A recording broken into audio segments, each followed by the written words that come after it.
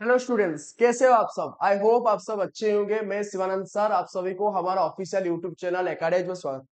तो बच्चों, हम लोग नेक्स्ट प्रीवियस क्लास थर्मोडायनेमिक्स का इंट्रो पार्ट पढ़े थे। क्या कि थर्मोडायनेमिक्स क्या होता है। फिर हम लोग पढ़े थे व्हाट इज थर्मल इक्विलिब्रियम होता है, व्हाट इज मैकेनिकल इक्विलिब्रियम होता है, इन दोनों के बीच डिफरेंसेस क्या रहता है। फिर हम लोग पढ़े थे what is zeroth law of thermodynamics, इसके बारे में हम लोग पढ़े थे। ठीक है ना। उसके साथ हम लोग थर्मोडायनेमिक्स के हर एक टर्म के बारे में हम लोग पढ़े थे। तो बच्चों, वही क्लास को आगे बढ़ाते हैं। उसका लेक्चर नंबर 2 लेके मैं आपके सामने हाजिर हो गया हूं। आई होप आपको लेक्चर नंबर 1 अच्छा ही लगा होगा। अगर अच्छा लगा है, जितना हो सके उसको शेयर कीजिए, सब्सक्राइब कीजिए और लाइक कीजिए। चलो ज्यादा वक्त ना लेते हुए शुरू करते हैं आज का क्लास। तो बच्चों, आज हम लोग पढ़ने वाले हैं टोटल टोटल एनर्जी के बारे में। देखो, हमको ऑलरेडी पता है टोटल एनर्जी क्या होता है। मैकेनिकल एनर्जी हमको पता है ना। टोटल एनर्जी टोटल एनर्जी जो होता है equals to mechanical energy equals to क्या होता है, kinetic energy plus potential energy. यही तो होता है ना। लेकिन थर्मोडायनेमिक्स में हम लोग एक और एनर्जी के बारे में जानने को मिलेगा, वो होगा इंटरनल एनर्जी। जी हाँ बच्चों, टोटल एनर्जी होता है kinetic energy plus potential energy plus internal energy. ये इंटरनल एनर्जी क्या होता है। देखो, एक गैसेस बॉडी ले लो, कोई भी एक गैसेस सिस्टम ले लो। उस गैसेस सिस्टम में उसके अंदर क्या होता है, बहुत सारे मॉलिक्यूल, गैसेस मॉलिक्यूल होता है। अच्छा, उस गैसेस मॉलिक्यूल फ्रीली मूव करते रहते हैं ना। देखो यहां पर मैं दिखाता हूं, एक मिनट रुक जाओ। लेट्स सपोज मैं यहां पर एक गैसेस बॉडी लेता हूं। अच्छा, इस गैसेस बॉडी में, इस गैस में बहुत सारे infinite number of gases molecule होंगे। बोलो हाँ या ना। हो गया ना बच्चों। अच्छा, इस मॉलिक्यूल गैसेस, ये जो इस गैस का जो हर एक मॉलिक्यूल क्या करेंगे, रेस्ट में तो नहीं रहेंगे ना। वो बिंदास घूमते रहेंगे, फ्रीली मूव करते रहेंगे। बोलो हाँ या ना। फ्रीली मूव करते रहेंगे। ये जो फ्रीली मूव कर रहे हैं, इस मूवमेंट के लिए भी तो कुछ एनर्जी चाहिए होगा। वो एनर्जी क्या है। वो एनर्जी अगर मैं बोलूंगा ये हाफ एम वी स्क्वायर के साथ बराबर है, कोई गलत है क्या। इसको मैं बोलूंगा इस हाफ एम वी स्क्वायर क्या है, काइनेटिक एनर्जी है, कोई गलत है क्या। समझ में आ गया। क्योंकि एक मॉलिक्यूल को एनर्जी मिल रहा है, जिस एनर्जी की वजह से वो बिंदास घूम रहा है, उस एनर्जी क्या हो सकता है, काइनेटिक एनर्जी हो सकता है ना। क्योंकि उस एनर्जी की वजह से उसको वेलोसिटी मिल रहा है और उसका मास तो ऑलरेडी प्रेजेंट है। तो ये एनर्जी और क्या हो सकता है, काइनेटिक एनर्जी हो सकता है। अच्छा, ये किसके अंदर है, उस गैस के अंदर ही है। क्योंकि ये मॉलिक्यूल किसके अंदर है, गैस के अंदर है ना। मतलब ये जो मॉलिक्यूल को एनर्जी मिल रहा है, वो किसके अंदर मिल रहा है, इस गैस के अंदर मिल रहा है ना। मतलब मैं इसको बोल सकता हूं ना, internal energy of that molecule. बोलो हाँ या ना। अच्छा, ये internal energy of the molecule जो है, ये मॉलिक्यूल को मिल रहा है ना, इसका एक और नाम दे सकते हैं ना, मॉलिक्यूलर काइनेटिक एनर्जी। ये जो इंटरनल, पहले तो ये इंटरनल एनर्जी है क्योंकि गैस के अंदर है, ठीक है। लेकिन ये जो इंटरनल एनर्जी है, क्या कौन से टाइप का है, काइनेटिक एनर्जी। और किसको मिल रहा है, मॉलिक्यूल को मिल रहा है ना। ये मॉलिक्यूल है ना, ये हमारा मॉलिक्यूल तो है, इसको तो मिल रहा है ना। तो इसका नाम क्या दे सकते हैं, मॉलिक्यूलर काइनेटिक एनर्जी। पहला इंटरनल एनर्जी समझ में आया। दूसरा आते हैं। अच्छा, गैस मॉलिक्यूल मूव कर रहा है, ठीक है ना। ये एनर्जी हम लोग ऑलरेडी पढ़े हैं, energy neither be created nor be destroy, it will only transfer from one form to other form. ये सुनो। ओके, अब ये देखो, ये एनर्जी, ये काइनेटिक एनर्जी धीरे धीरे धीरे, ये क्या है, मॉलिक्यूल मॉलिक्यूल मूव कर रहा है ना। मूव कर रहा है मतलब वो कुछ वार्डन कर रहा है। वार्डन कर रहा है मतलब ये एनर्जी धीरे धीरे कौन सी एनर्जी में कन्वर्ट होगा, पोटेंशियल एनर्जी में कन्वर्ट होने वाला है। अच्छा, ये पोटेंशियल हमको पता चल गया, due to what done this kinetic energy will converted into potential energy. That means this kinetic energy converted into कौन सी एनर्जी में, पोटेंशियल एनर्जी में। किसके वजह से, ड्यू टू वार्डन के वजह से। बोलो हाँ या ना। जो वार्डन हो रहा है इसके वजह से। समझ में आया। अच्छा, तो ये जो पोटेंशियल एनर्जी में कन्वर्ट हो रहा है वो मॉलिक्यूल किसके अंदर है, वही गैस गैस के अंदर है। मतलब ये भी one type of internal energy है, लेकिन इसका नाम क्या दे सकते हैं, मॉलिक्यूल को मिल रहा है ना, तो इसको बोलेंगे मॉलिक्यूलर पोटेंशियल एनर्जी। समझ में आ गया अच्छे से। मॉलिक्यूलर काइनेटिक एनर्जी क्या है, मॉलिक्यूलर पोटेंशियल एनर्जी क्या है, एंड अभी आते हैं थर्ड टर्म इंटरनल एनर्जी का, जो होता है vibrational kinetic energy. What is vibrational kinetic energy? इससे पता चल रहा है कि मॉलिक्यूल वाइब्रेट हो रहा है ना। देखो ये मॉलिक्यूल दूसरा मॉलिक्यूल जैसे टकराएगा, ये मॉलिक्यूल दूसरा मॉलिक्यूल जैसे ही टकराएगा कुछ वाइब्रेशन होगा ना, होता है ना। जैसे जैसे एग्जांपल ले लो, एक रॉड को तुम हाथ से टकराओ, वहां पर वाइब्रेशन शुरू होता है, वाइब्रेशन शुरू, हाँ अपना पोजीशन नहीं छोड़ता है, लेकिन कुछ तो वेलोसिटी उसको मिल रहा है ना, माइनर अमाउंट का वेलोसिटी मिल रहा है। अच्छा तो वो वेलोसिटी मिल रहा है, उसका मास है, मतलब उसके वजह से कुछ due to mass, due to minor amount of velocity कुछ काइनेटिक एनर्जी मिलेगा ना, उस काइनेटिक एनर्जी को क्या बोलेंगे बच्चों, वाइब्रेशनल काइनेटिक एनर्जी बोलेंगे ना। क्यों? क्योंकि ये काइनेटिक एनर्जी मिल रहा है ड्यू टू वाइब्रेशन। समझ में आया? तो ये मॉलिक्यूल दूसरे मॉलिक्यूल जैसे टकराएगा तो मॉलिक्यूल के बीच वाइब्रेशन शुरू होने वाला है। ये मॉलिक्यूल जैसे, ये मॉलिक्यूल इससे टकराए, ये मॉलिक्यूल इससे टकराए, तो दोनों के बीच क्या होगा, वाइब्रेशन, ऐसे ऐसे वाइब्रेशन शुरू होगा, इसके बीच में ऐसे ऐसे वाइब्रेशन शुरू होगा, माने अपने पोजीशन थोड़ा थोड़ा हिलेंगे वो। तो ये जो वाइब्रेशन हो रहा है, वाइब्रेशन की वजह से क्या है, मॉलिक्यूल का तो कुछ मास है, अच्छा लिटिल बिट वेलोसिटी है, तो अभी क्या हुआ, लिटिल बिट काइनेटिक एनर्जी मिला, that kinetic energy called as vibrational kinetic energy. बोलो हाँ या ना, समझ में आया कि नहीं?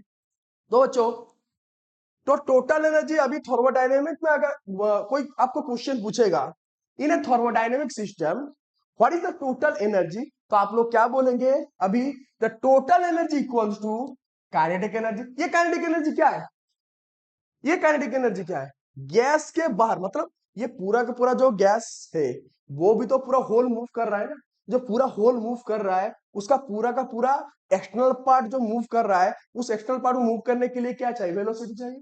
उस एक्सटर्नल पार्ट का टोटल मास है, तो टोटल मास और वेलोसिटी की वजह से पूरा एक्सटर्नल पार्ट को कुछ एनर्जी मिल रहा होगा, वो होगा वो काइनेटिक एनर्जी। अभी वही चीज पूरा जो गैस सिस्टम है वो धीरे धीरे क्या हो रहा है बच्चों, वो धीरे धीरे वार्डन कर रहा है ना, वार्डन करने की वजह से कौन सी एनर्जी कन्वर्ट होगा, पोटेंशियल एनर्जी कन्वर्ट होगा, तो kinetic energy convert into potential energy. तो अब अभी अगर कोई आपको क्वेश्चन पूछे in a thermodynamic system what kind of energies are present और what is the total energy, आप लोग क्या बोलेंगे, total energy equals to the kinetic energy of the gas, the potential energy of the gas and the internal energy of the gas, and inside the within this internal energy three kinds of energy are present. One is molecular kinetic energy, another is molecular potential energy, third one is vibrational kinetic energy.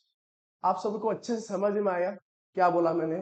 तो अभी total energy अगर कोई thermodynamic system में पूछेगा तो आराम से बोल पाएंगे, समझा सकते हैं। चलो लिखना है तो लिख लीजिए, नहीं तो आगे बढ़ते हैं। लिख लिया? चलो आगे बढ़ते हैं नेक्स्ट पार्ट।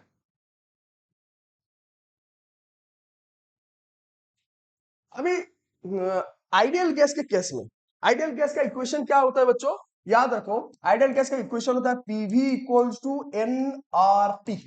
ये होता है आइडियल गैस का equation, is the equation of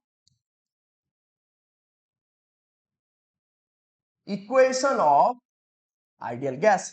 okay अच्छा, ये आइडियल गैस के केस में, आइडियल गैस के केस में ना क्या होता है ना, सिर्फ इंटरनल काइनेटिक एनर्जी रहता है, ना कोई एक्सटर्नल काइनेटिक एनर्जी रहता है, एक्सटर्नल पोटेंशियल एनर्जी रहता है, या इंटरनल पोटेंशियल एनर्जी रहता है ना वाइब्रेशनल एनर्जी, सिर्फ इंटरनल काइनेटिक एनर्जी रहता है। क्यों रहता है in case of ideal gas, because यहाँ पर मेंशन भी क्या, in case of ideal gas only molecular kinetic energy present. Why?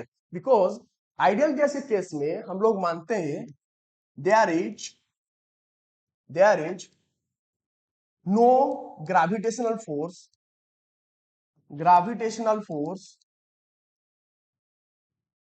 and electrostatic force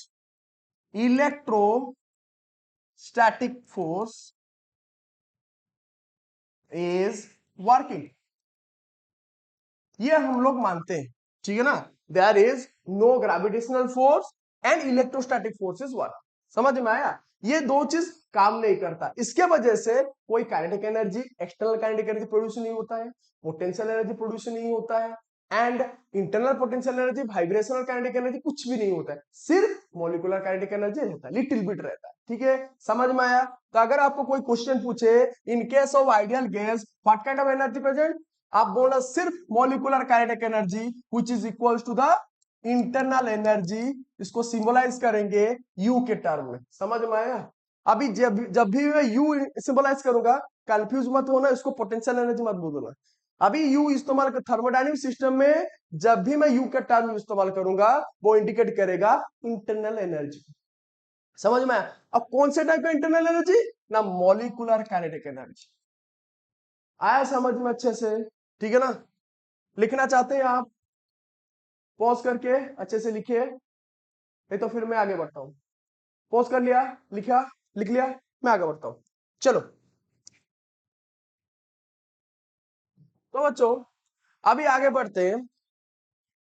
पहले पहले ये mono atomic, ideal gas, poly atomic क्या, इसके बारे में पढ़ने से पहले पहले जानते हैं डिग्री ऑफ फ्रीडम के बारे में। Degree of freedom, degree of freedom. चलो, डिग्री ऑफ फ्रीडम, ये डिग्री ऑफ फ्रीडम क्या हो? डिग्री ऑफ फ्रीडम को सिंबलाइज करते हैं बच्चों एफ के टर्म में, स्मॉल एफ के टर्म में। ठीक है ना, स्मॉल एफ। ये डिग्री ऑफ फ्रीडम बताता है एक कोई भी एक मोनोएटॉमिक का आइडियल गैस हो, या पॉलीएटॉमिक का आइडियल गैस हो, या डायटोमिक का आइडियल गैस हो, उनमें कितना नंबर ऑफ एनर्जीज प्रेजेंट है।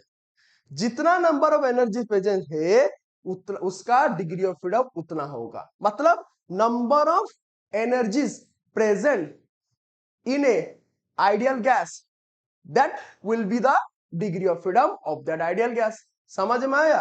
मान लो एक, फॉर एग्जाम्पल, एक गैस के अंदर 4 number of kinetic energy present है, तो मैं बोलूंगा इस गैस का डिग्री ऑफ फ्रीडम कितना होगा?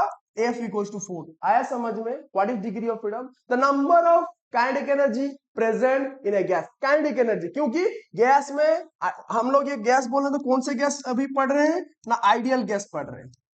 कौन से gas? Ideal gas. In case of ideal gas number of energy कितना प्रेजेंट होता है? Kinetic, in case of ideal gas number of energy कितना यहां पर प्रेजेंट है? 4 प्रेजेंट है। कौन से टाइप का एनर्जी प्रेजेंट है? काइनेटिक एनर्जी प्रेजेंट है। कौन सा? इंटरनल काइनेटिक एनर्जी, जो मॉलिक्यूलर काइनेटिक एनर्जी प्रेजेंट है। तो डिग्री ऑफ फ्रीडम कितना हो गया? 4 हो गया। डिग्री ऑफ फ्रीडम का कंसेप्ट समझ में आया अच्छे से? अच्छा, अब आते हैं मोनोएटॉमिक आइडियल गैस के बारे में। ठीक है, एक मिनट रुक जाओ।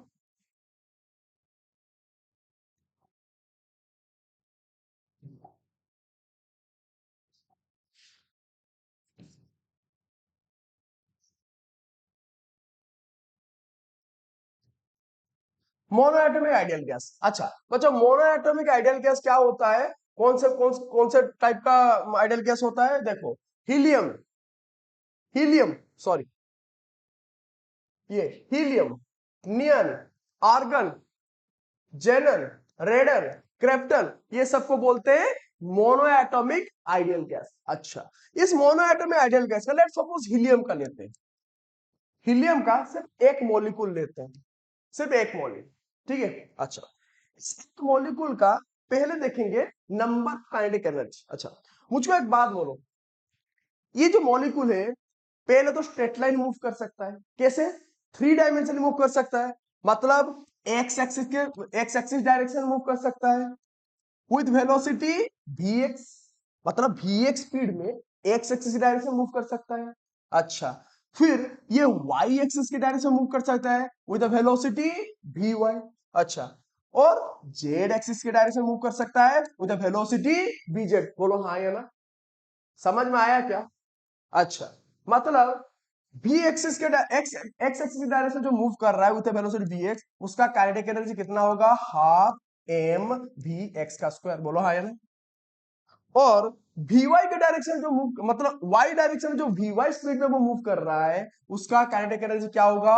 Half m vy square. सुनो, इसका डायरेक्शन ये कंफ्यूजन में मत रहना, वो हमेशा एक्स मतलब एक्स में मूव करेगा, वाई मतलब वाई में मूव करेगा, जेड मतलब ये एक गैस है, गैस का एक मॉलिक्यूल है, वो बिंदास मूव करता है, फ्रीली मूव करता है, ठीक है ना। वो कभी एक्स का एक हम लोग एज्यूम कर रहे हैं कि कभी कभी वो एक्स में भी जा सकता है, कभी कभी वाई के भी जा सकता है, कभी कभी जेड के डायरेक्शन में जा सकता है, कभी कभी अपने एक्सिस के चारों तरफ भी रोटेट भी कर सकता है, ये भी अभी निकालेंगे हम लोग, टेंशन मत लो। तो वो रोटेट भी कर सकता है, ऐसे ऐसे ऐसे घूम भी सकता है, ठीक है ना, रोटेट भी कर सकता है। आया समझ में चीज को? तो मैं एज्यूम कर रहा हूं जब वो मॉलिक्यूल एक्स डायरेक्शन में वी एक्स स्पीड में जाएगा, उसका वेलोसिटी क्या होगा, हाफ एम वी एक्स का स्क्वायर। अच्छा, वही मॉलिक्यूल जब वाई डायरेक्शन में वी वाई स्पीड में होगा, उसका वेलोसिटी क्या होगा, half M V Y square. वही मॉलिक्यूल जब अब जेड डायरेक्शन में वी जेड स्पीड में होगा, उसका काइनेटिक एनर्जी क्या हो जाएगा, half M V Z square. मतलब एक बोल सकते हो जब मॉलिक्यूल स्ट्रेट लाइन में मूव करता है, उसका टोटल काइनेटिक एनर्जी कितना होगा, टोटल एनर्जी और टोटल काइनेटिक एनर्जी जो भी बोलो कितना होगा, half M V X square plus half M V Y square plus half M V Z square, ये होगा। इतना समझ में आ गया अब सबको? इतना आ गया? एक काम करो, मैं पोस्ट करो, पोस्ट करके इसको लिख लो, फिर आगे बढ़ते हैं। पोस्ट कर लिया, लिख लिया, आगे बढ़ रहे हैं। देखो, अच्छा अभी हमको पता चला एक मॉलिक्यूल जब एक्स स्ट्रेट लाइन में मूव करता है तो तीनों डायरेक्शन में मूव कर सकता है, पॉसिबिलिटी। अच्छा, वो मॉलिक्यूल अपनी एक्सिस के चारों तरफ भी तो मूव कर सकता है, वो तो एंगुलर स्पीड ओमेगा। पहले दो चीज का क्लैरिटी देखो, इसको स्टार्ट करने से पहले मैं दो चीज का क्लैरिफिकेशन आपको देना चाहता हूं। देखो, एक होता है स्ट्रेट लाइन मोशन,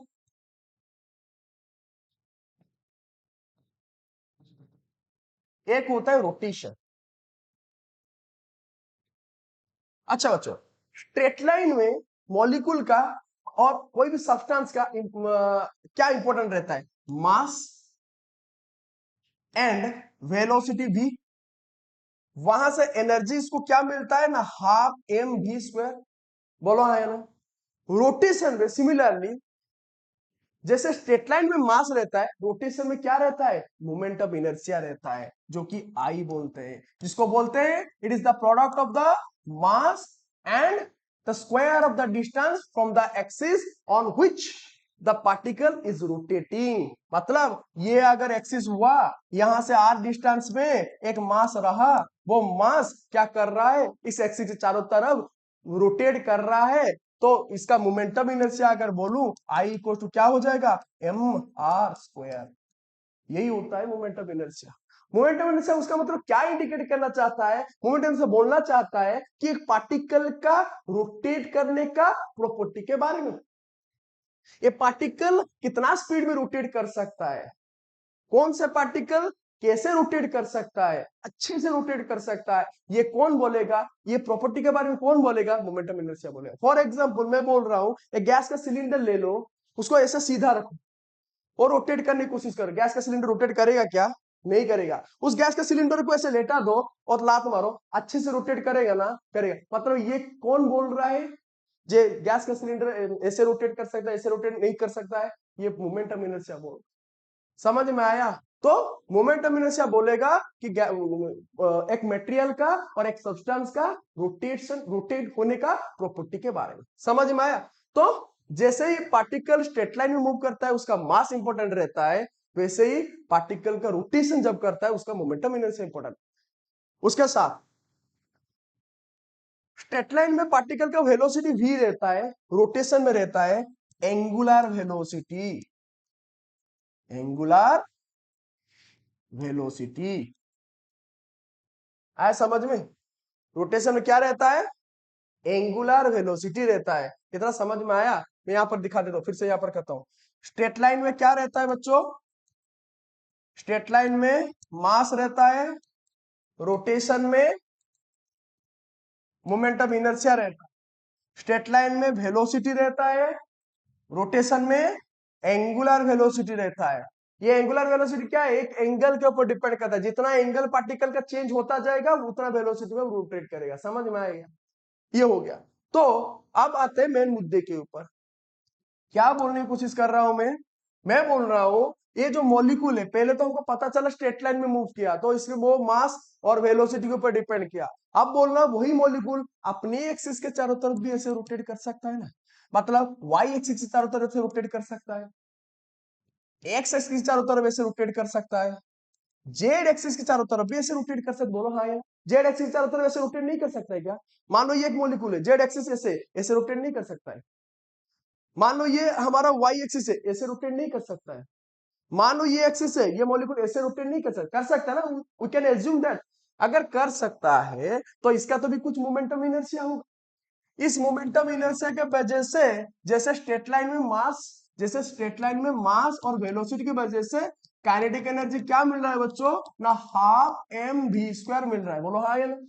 वैसे ही मोमेंटम इनर्शिया के वजह से, मोमेंटम इनर्शिया और एंगुलर वेलोसिटी की वजह से तो काइनेटिक एनर्जी, जो काइनेटिक एनर्जी मिलेगा उसको क्या बोलेंगे, हाफ आई ओमेगा स्क्वायर। इसका डेरिवेशन है।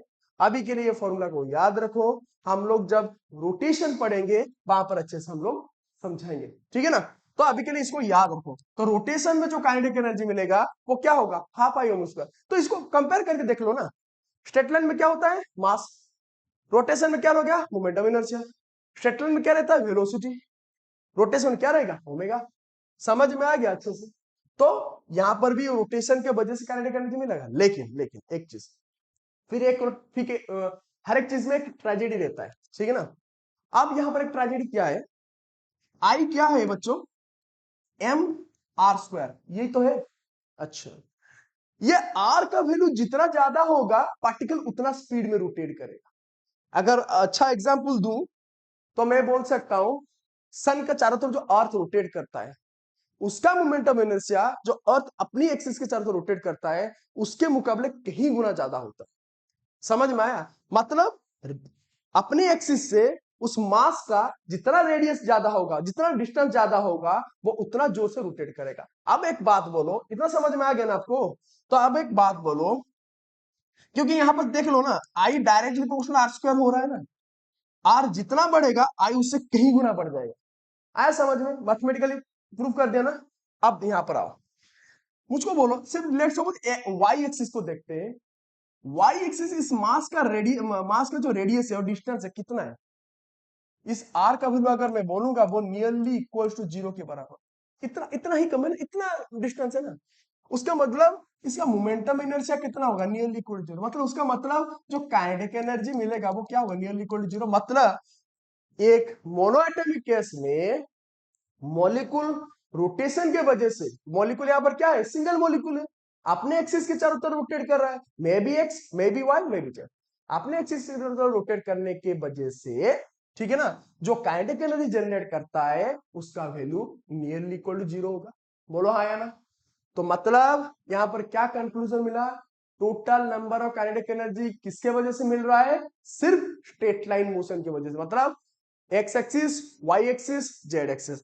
मतलब अगर हम पीछे चले, this number of kinetic energy की वजह से ये मॉलिक्यूल रोटेट हो रहा है। अब आते हैं डिग्री ऑफ फ्रीडम के ऊपर। डिग्री ऑफ फ्रीडम क्या बोल रहा है बच्चों, the number of kinetic energy present in an ideal gas. तो यहां पर कितना number of kinetic energy present है, 1 2 3। मतलब इसका डिग्री ऑफ फ्रीडम कितना होगा बच्चों, 3 हो जाएगा। आया समझ में। मतलब मोनोएटॉमिक केस में जितना सारा आइडियल गैस है, हीलियम हुआ, नियन हुआ, जेनन हुआ, आर्गन हुआ, क्रिप्टन हुआ, हर एक के केस में डिग्री ऑफ फ्रीडम कितना होगा, 3 होगा। समझ में आया अच्छे से। एक काम करो, पॉज करो, उसको अच्छे से लिखो। पॉज कर लिया, चलो आगे बढ़ते हैं। इसको भी लिखना चाहते हो आप लिख सकते हो, फिर इसको लिखिए, ठीक है। चलो फिर आगे बढ़ते हैं नेक्स्ट पार्ट में।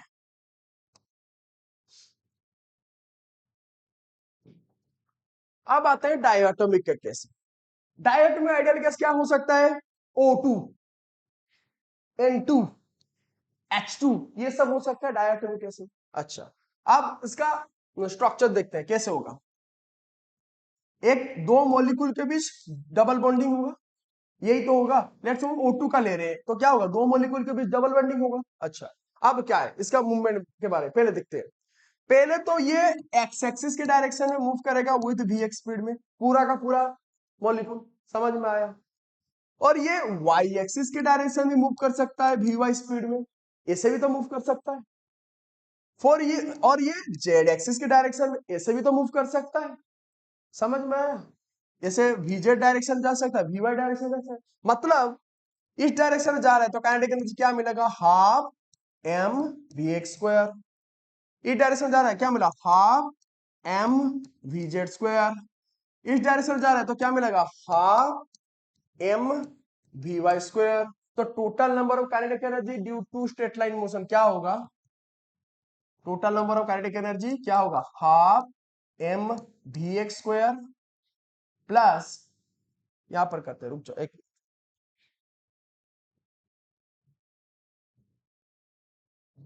यहां पर करते हैं, टोटल नंबर काइनेटिक एनर्जी क्या मिल रहा है, total number of kinetic energy, total number kinetic energy क्या मिल रहा है, हाफ एम वी एक्स का square plus half M V Y का square plus half M V Z का स्क्वायर।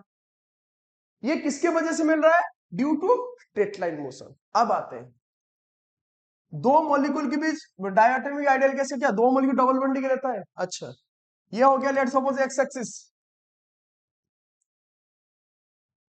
ये हो गया लेट्स सपोज वाई एक्सिस, ये हो गया हमारा जेड एक्सिस। ठीक है, अब देखो ये वाई एक्सिस के ऊपर ये मॉलिक्यूल ऐसे घूम सकता है, घूम सकता है ना, ये एक्सिस से एक्सिस के चारों तरफ ऐसे ऐसे घूम सकता है, ऐसे ऐसे घूम सकता है। अगर घूम सकता है और उसका रेडियस भी जो सब्सटेंस है, सब्सटेंस का रेडियस और डिस्टेंस उस एक्सिस से बहुत ज्यादा है, मतलब वाई एक्सिस के ऊपर रोटेशन के वजह से कुछ काइनेटिक एनर्जी मिलेगा, जो कि होगा कितना बच्चों, half I omega Y square. आया समझ में, आया ना अच्छे से। मैं फिर से बोल रहा हूं, ये मॉलिक्यूल, ये जो डबल बॉन्डिंग का पूरा मॉलिक्यूल है, ये वाई के चारों तरफ ऐसे घूमेगा ना, ऐसे ऐसे घूमेगा ना वाई के चारों तरफ, और बहुत डिस्टेंस में है ना, बहुत ज्यादा डिस्टेंस में। अगर डिस्टेंस में है, ज्यादा डिस्टेंस में है तो मोमेंटम इनर्शिया रहेगा, मोमेंटम जीरो नहीं होने वाला है। अगर मोमेंटम इनर्शिया है मतलब काइनेटिक एनर्जी रहेगा, तो काइनेटिक एनर्जी क्या होगा इस केस में, half I omega Y square. क्यों लिख रहे हैं, क्योंकि वाई एक्सिस के चारों तरफ वो रोटेट कर रहा है। आया समझ में अच्छे से। अच्छा, फिर देखते हैं जेड के केस में आते हैं। इमेजिन करो ये हमारा जेड एक्सिस है, अभी ये गैस मॉलिक्यूल्स जो डबल बॉन्ड वाला दो मॉलिक्यूल है वो ऐसे है, ये जेड एक्सिस है। अब कैसे रोटेट करेगा, देखो ऐसे ऐसे, ये पेन को पकड़ता हूं ऐसे, देखो वो कैसे रोटेट करेगा। ये हो गया हमारा जेड एक्सिस, ये हो गया हमारा दो मॉलिक्यूल, दोनों के बीच डबल बॉन्ड है, वो कैसे रोटेट करेगा, ऐसे रोटेट करेगा। मतलब उस जेड एक्सिस से कुछ डिस्टेंस में ये दोनों मास है ना, मतलब कुछ डिस्टेंस, बहुत डिस्टेंस में है। देखो ना, ये यहां से ये कुछ डिस्टेंस में है, यहां से ये भी कुछ डिस्टेंस है, मतलब यहां पर कुछ डिस्टेंस है, डिस्टेंस है मतलब मोमेंटम इनर्शिया रहेगा, मोमेंटम इनर्शिया रहेगा मतलब, मोमेंटम इनर्शिया रहेगा मतलब काइनेटिक एनर्जी रहेगा। तो kinetic energy due to Z axis क्या हो जाएगा यहां पर, बोलो, half I omega Z square. समझ में आया अच्छे से क्या बोला। अच्छा, अब आते हैं एक्स एक्सिस के ऊपर,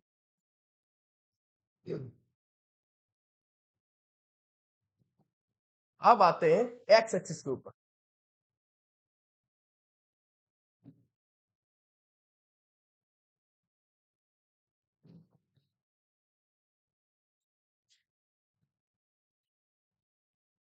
एक मिनट जाओ,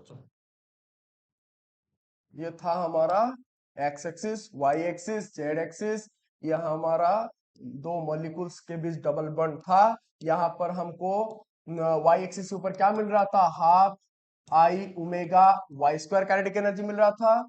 और यहाँ पर क्या मिल रहा था, यह हमारा एक्स एक्सिस है, यह हमारा वाई एक्सिस है, यह हमारा जेड एक्सिस। तो यहाँ पर ये जेड एक्सिस के ऊपर इसका रोटेशन वजह क्या काइनेटिक एनर्जी मिल रहा था, half omega, half I omega Z square.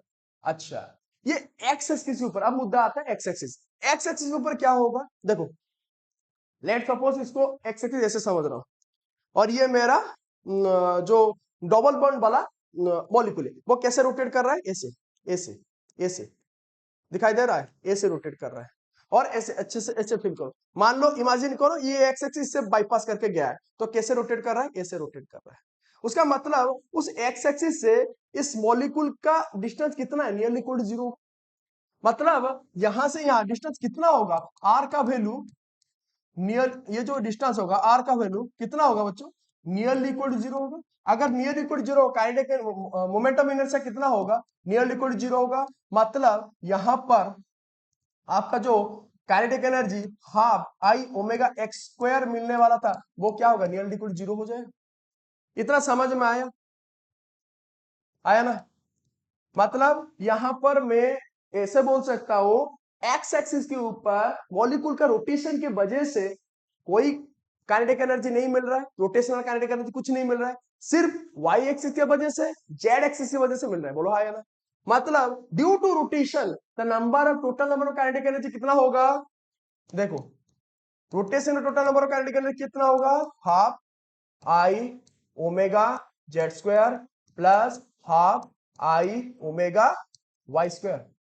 अच्छा, और ऑलरेडी हम लोग जानते हैं स्ट्रेट लाइन मोशन की वजह से total number of kinetic energy क्या था, हाफ एम वी एक्स का square plus half M V Y का square plus half M V Z का स्क्वायर। ठीक है, तो टोटल नंबर काइनेटिक एनर्जी कितना मिला, 1 2 3 4 5, 5 नंबर ऑफ काइनेटिक एनर्जी मिला। मतलब यहाँ इसका डिग्री ऑफ फ्रीडम कितना हो जाएगा, 5 हो जाएगा। मतलब डायटोमिक केस में, डायटोमिक आइडियल केस में जितना, चाहे O2 ले लो, चाहे H2 ले लो, चाहे N2 ले लो, हर एक आइडियल गैस का अगर मैं डिग्री ऑफ फ्रीडम बोलूंगा कितना होगा, 5 होगा। व्हाई, क्योंकि नंबर ऑफ काइनेटिक एनर्जी यहाँ पर कितना है, 5 है। समझ में आया, देखो ना 1 2 3 4 5, तो नंबर ऑफ काइनेटिक एनर्जी कितना हो गया, 5 हो गया। समझ में आया, डिग्री ऑफ फ्रीडम 5। अच्छा, नेक्स्ट ये हो गया डायटोमिक। फिर आते हैं पॉलीएटॉमिक गैस में। Polyatomic ideal gas, polyatomic ideal gas में क्या होगा बच्चों, देखो पॉलीएटॉमिक आइडियल क्या क्या हो सकता है, SO2 हो सकता है, NO2 हो सकता है, बोला है या ना।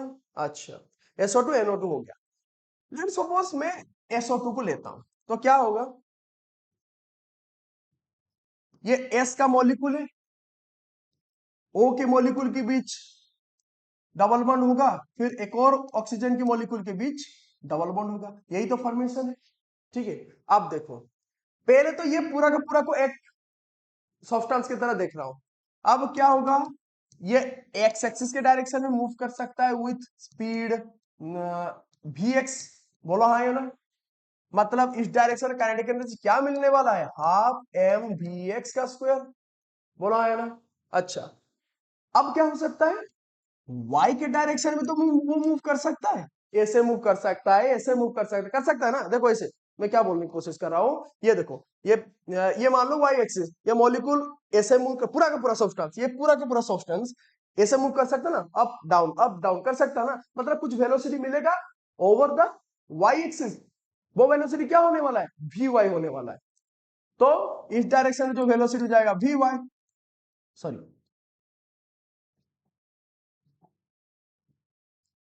बी वाई, तो इसके वजह से यहां पर काइनेटिक एनर्जी क्या मिला, हाफ एम वी वाई का स्क्वायर। समझ में आया है।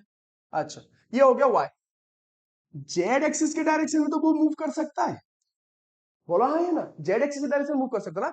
भी में अगर वो एक्स में मूव कर सकता है, वाई में मूव कर सकता है, जेड में भी तो ऐसे ऐसे मूव कर सकता है। मतलब ऐसे देखो, मान लो ये हमारा जेड एक्सिस है, वो पूरा का पूरा सब्सटेंस ऐसे ऐसे मूव कर सकते हैं ना, ऐसे ऐसे मूव कर सकते हैं। अगर मूव कर सकते हैं, जेड के डायरेक्शन कुछ स्पीड में मूव करेंगे, let suppose V Y speed में मूव, वी जेड स्पीड में मूव किया, तो इसके वजह से यहां पर काइनेटिक एनर्जी क्या मिलेगा, हाफ एम वी जेड का स्क्वायर, बोलो हाँ। तो total number of kinetic energy यहां पर कितना मिला, half M V X square plus half M V Y square plus half M V Z square, बोलो हाँ या ना। क्यों, किसके वजह से, जब ये पूरा का पूरा मॉलिक्यूल क्या कर रहा है, स्ट्रेट लाइन में मूव कर रहा है, तो मतलब three numbers of kinetic energy यहां पर मिल रहा है। समझ में आया अच्छे से। लिखना चाहते हो तो पॉज करके लिख लो। पॉज किया, लिख लिया, आगे बढ़ते हैं। फिर देखो, देखो फिर से वही वही स्ट्रक्चर को ड्रॉ कर रहा हूं। देखो ये एक मॉलिक्यूल, सल्फर का एक मॉलिक्यूल है, ऑक्सीजन का मॉलिक्यूल के साथ वो डबल बॉन्ड कर रहा है, एक और ऑक्सीजन का मॉलिक्यूल के साथ वो डबल बॉन्ड कर रहा है। ठीक है, अब देख, ये हमारा एक्स एक्सिस है, ये हमारा वाई एक्सिस है, ये हमारा जेड एक्सिस है। ठीक है, अब देखो, मैं बोलूंगा सिर्फ सिर्फ एक्स एक्सिस को देखो, बाकी सब भूल जाओ। एक्स एक्सिस में ये मॉलिक्यूल ऐसे रोटेट कर सकता है। देखो ये मेरा एक्स एक्सिस है, ठीक है, ये है पूरा का पूरा मॉलिक्यूल, ये ऐसे रोटेट कर सकता है। मतलब ऐसे दिखा, ऐसे देखो, ये ऐसे रोटेट कर सकता है, ऐसे ऐसे रोटेट कर सकता है ना, यहाँ पर देखो, यहाँ पर देखो, समझ समझ में आ जाएगा। ऐसे रोटेट कर सकता है, ऐसे ऐसे रोटेट कर सकता है। समझ में आया ना मैं क्या बोलने की कोशिश कर रहा हूँ? मतलब ये अगर ऐसे पकड़, ऐसे ऐसे रोटेट कर सकता है ना, ऐसे रोटेट कर सकता है। रोटेट कर रहा है मतलब उस एक्स एक्सिस से कुछ डिस्टेंस में ये है, कुछ मतलब बहुत डिस्टेंस में है, और डिस्टेंस ज्यादा है मतलब वहां पर मोमेंटम इनर्शिया रहेगा। मतलब इस एक्स एक्सिस की वजह से कुछ मोमेंटम इनर्शिया रहेगा। मोमेंटम इनर्शिया रहे मतलब momentum inertia due due to this momentum inertia kinetic energy मिलेगा। तो काइनेटिक एनर्जी क्या हो जाएगा? Half I omega X square. समझ में आया अच्छे से ये वाला पोर्शन? एक्स एक्सिस के ऊपर, फिर से बोल रहा हूं, एक्स एक्सिस के ऊपर ये जो मॉलिक्यूल है, गैसेस मॉलिक्यूल है, वो ऐसे ऐसे रोटेट कर पाएगा ना, ऐसे ऐसे रोटेट कर पाएगा ना, ऐसे ऐसे रोटेट कर पाएगा ना। अगर रोटेट कर रहा है, और देखो वो तो उस एक्स एक्सिस से कुछ डिस्टेंस में है, आर डिस्टेंस में, लेट्स सपोज आर डिस्टेंस में कुछ वैल्यू है, आर डिस्टेंस में मतलब उसका मोमेंटम इनर्शिया होगा, क्योंकि I is equal to M R square है, मतलब आर का वैल्यू है, मतलब मोमेंटम इनर्शिया रहेगा। ये पता है ना, I equal to M R square होता है ना, आई डायरेक्ट मोशन क्या होता है? आर स्क्वायर होता है। मतलब इसका अगर डिस्टेंस बढ़ रहा है मतलब मोमेंटम इनर्शिया भी बढ़ेगा। यस और नो? अगर मोमेंटम इनर्शिया बढ़ रहा है मतलब due to this momentum inertia kinetic energy मिलेगा ना। वो काइनेटिक एनर्जी क्या हो जाएगा? Half I omega X square. Omega X square क्यों लिखा? क्योंकि ये जो रोटेट कर रहा है, जो एंगुलर वेलोसिटी रोटेट कर रहा है ओवर द एक्स एक्सिस, इसीलिए मैंने लिखा half I omega X square. समझ में आया क्या? चलो फिर आगे बढ़ते हैं। ये वाई एक्सिस तो देख लो, अब वाई एक्सिस में आते हैं। देखो ऐसे देखो, ये गैसेस, ये वाला सिर्फ पोर्शन को मैं दिखाता हूं। इमेजिन करना दूसरा वाला भी ऐसे है और तीसरा वाला ऐसे, ठीक है? तो ये वाई एक्सिस में वो कैसे रोटेट कर रहा है? ऐसे ऐसे रोटेट कर रहा है ना, ऐसे ऐसे रोटेट कर रहा है ना। रोटेट कर रहा है मतलब कुछ डिस्टेंस में है, कुछ डिस्टेंस में है मतलब आर डिस्टेंस में है, मतलब मोमेंटम इनर्शिया होगा। डिस्टेंस है मतलब देखो, डिस्टेंस रह रहा है मतलब मोमेंटम इनर्शिया रहेगा, मोमेंटम इनर्शिया रह रहा है मतलब काइनेटिक एनर्जी रहेगा। और वो काइनेटिक एनर्जी क्या हो जाएगा बच्चों? यहां पर दिखाता हूं, वो काइनेटिक एनर्जी क्या हो जाएगा? Half I omega Y square. समझ में आया है वाला चीज? अच्छा, समझ में आया? मतलब ओवर द वाई एक्सिस में due to rotation of the gas molecule momentum energy क्या मिलेगा? Half I omega Y square. ठीक है, अच्छा अब देखो, वही मॉलिक्यूल जेड एक्सिस चारों तरफ तो ऐसे रोटेट कर सकता है ना। देखो मान लो ये मेरा जेड एक्सिस है, वो ऐसे रोटेट कर सकता है ना, ऐसे कर सकता है। अगर ऐसे कर रहा है वो जेड एक्सिस कुछ डिस्टेंस में है, अगर कुछ डिस्टेंस में है मतलब फिर से वही चीज, डिस्टेंस में है मोमेंटम इनर्शिया रहेगा, मोमेंटम इनर्शिया रहेगा मतलब क्या होगा? मोमेंटम इनर्शिया अगर रहेगा मतलब काइनेटिक एनर्जी रहेगा। वो काइनेटिक एनर्जी क्या हो जाएगा? Half I omega Z square over the Y axis की वजह से।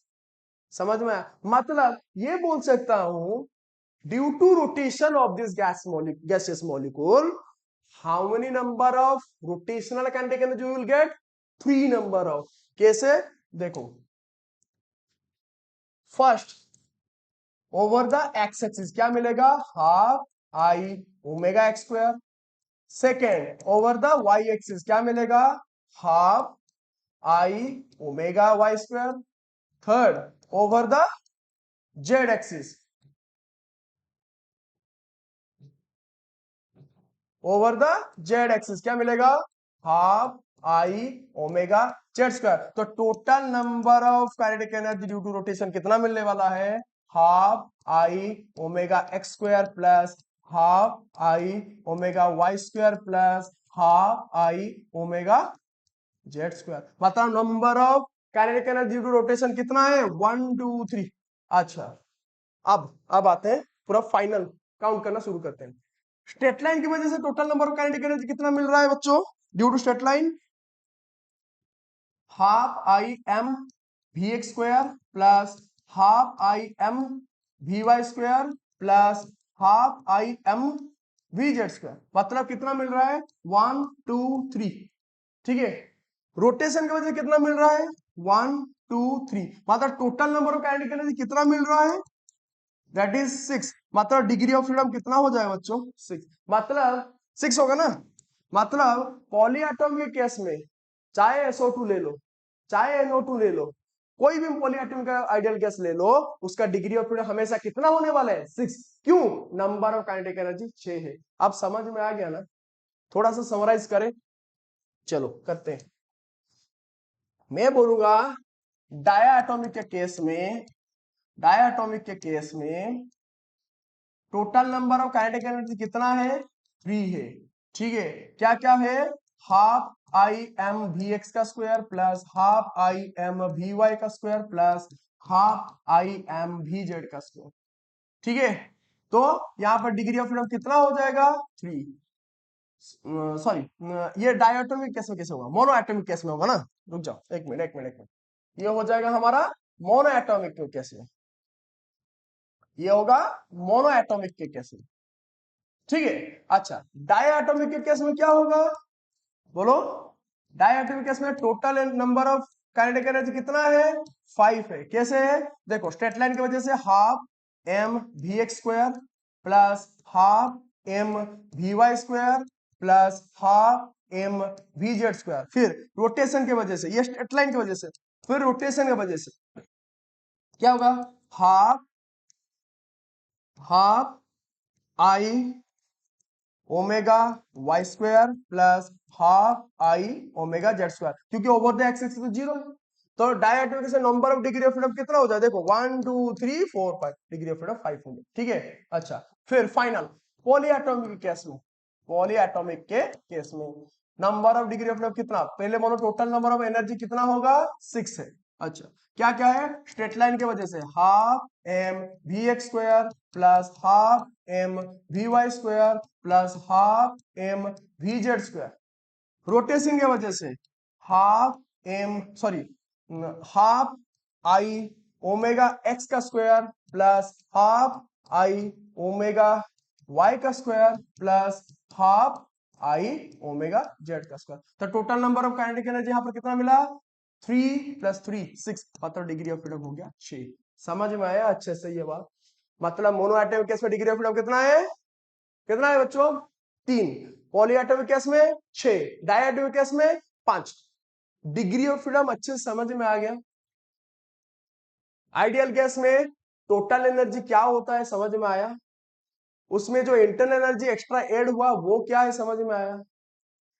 मॉलिक्यूलर काइनेटिक एनर्जी क्या है, मॉलिक्यूलर पोटेंशियल एनर्जी क्या है, वाइब्रेशनल काइनेटिक एनर्जी क्या होता है, ये समझ में आया। आइडियल गैस में क्यों internal energy molecular kinetic energy हो सकता है, इतना समझ में आ गया। अच्छा, तो अगर लिखना है फिर से देख लो, मैं फिर से चल रहा हूं। पहले हम लोग ये पढ़े टोटल एनर्जी के बारे में, ठीक है, चाहे तो आप लिख सकते हो। फिर हम लोग पढ़े कि ये इक्वेशन को याद रखना बच्चों, आगे जाके हम पढ़ने वाले हैं। ये इक्वेशन बहुत काम में आने वाला है। ये आइडियल गैस का इक्वेशन होता है, पीवी = एनआरटी। ठीक है, तो ये मॉलिक्यूलर सिर्फ आइडियल गैस के केस में सिर्फ मॉलिक्यूलर काइनेटिक एनर्जी रहता है। व्हाई, ये भी पता है, due to no gravitational force, no electrostatic force. आया समझ में। फिर हम लोग पढ़े क्या मोनो एटॉमिक केस में डिग्री ऑफ फ्रीडम क्या होगा, what is degree of freedom, ये पढ़े। ठीक है, लिखना चाहते हो लिख सकते हो आप सब। फिर हम लोग रोटेशन स्ट्रेट लाइन के केस में मोमेंटम इनर्शिया क्या होता है, स्ट्रेट लाइन में मास क्या होता है, स्ट्रेट लाइन में वेलोसिटी क्या होता है, एंगुलर वेलोसिटी क्या होता है, रोटेशन केस में काइनेटिक एनर्जी कैसे निकाल सकते हैं, ये सब पढ़े हम लोग। ठीक है, नेक्स्ट हम लोग आगे बढ़े मोनोएटॉमिक केस में काइनेटिक एनर्जी कितना होगा, रोटेशनल काइनेटिक एनर्जी कितना होगा, ये पढ़े। फिर हम लोग पढ़े डायटोमिक केस में डिग्री ऑफ फ्रीडम क्या होगा। फिर पढ़े हम लोग पॉलीएटॉमिक केस में डिग्री ऑफ फ्रीडम क्या होगा। ठीक है ना, इतना सब आप आज हम पढ़े। आई होप आप सबको आज का क्लास अच्छा लगा। अगर अच्छा लगा, जितना हो सके सब्सक्राइब कीजिए, शेयर कीजिए, लाइक कीजिए। अगर आप सबका सपोर्ट रहा, ऐसे ही अच्छा अच्छा लेक्चर लेके मैं आपके सामने हाजिर हो जाऊंगा। तब तक के लिए take care and good bye.